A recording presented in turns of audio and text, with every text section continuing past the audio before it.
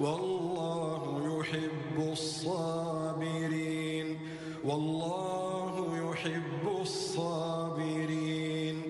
وما كان قولهم إلا أن قالوا ربنا اغفر لنا